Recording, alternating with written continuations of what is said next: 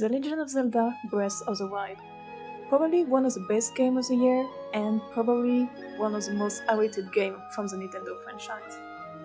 The Zelda franchise is full of surprises and wonderful games. But this game is really groundbreaking and changed the world of the gaming industry. But it's 5 years old and almost 6. Is it still a good game?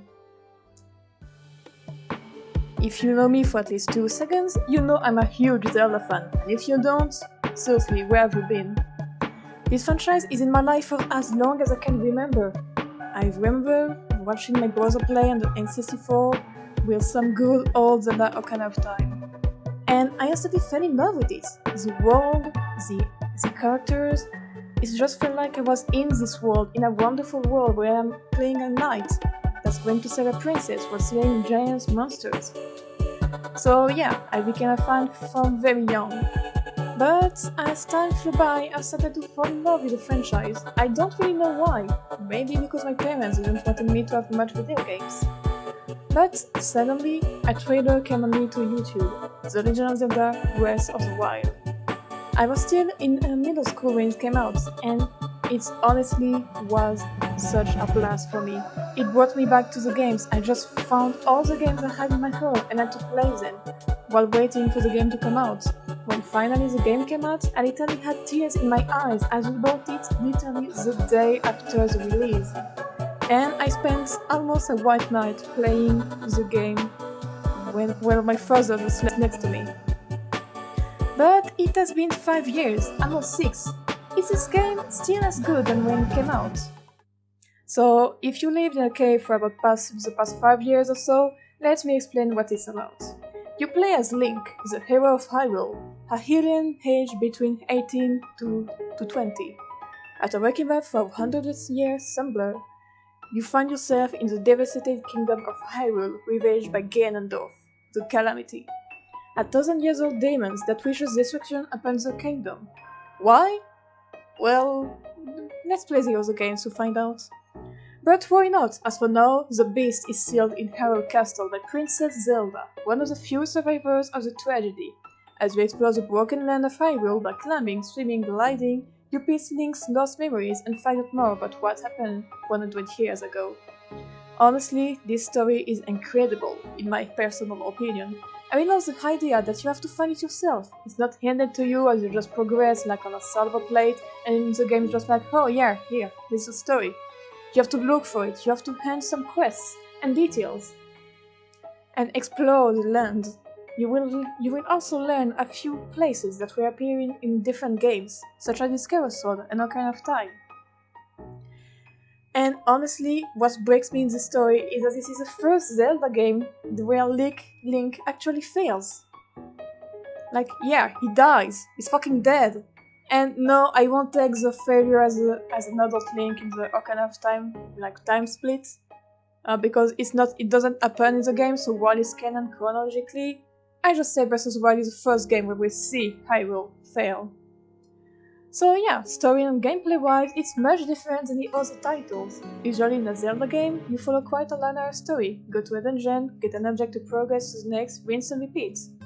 And conveniently, the lore and main story is given to you in between. In Breath of the Wild, you can utterly skip the dungeon and rush straight to Hyrule Castle to split Ganon's ass in two. Also, this is the first true open world of the franchise. See this mountain all the way over here? Yeah, you can climb it. This game is a revolution to the open world genre and how free the player is. The combination of climbing, swimming, and gliding really makes it much easier to explore the lands, and I find the gliding mechanic quite original.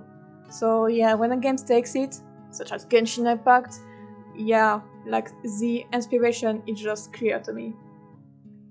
However, you cannot please everyone, and Zelda is no exception. A lot of people have criticized Breath of the Wild to just be an adventure in an empty field with repetitive gameplay, and I can see where they're coming from. Hyrule's map is huge, like it's literally the biggest Zelda map. Like Twilight Princess, where it was used to be the most large Zelda field, yeah, it's like basically not even a quarter of Breath of the Wild map.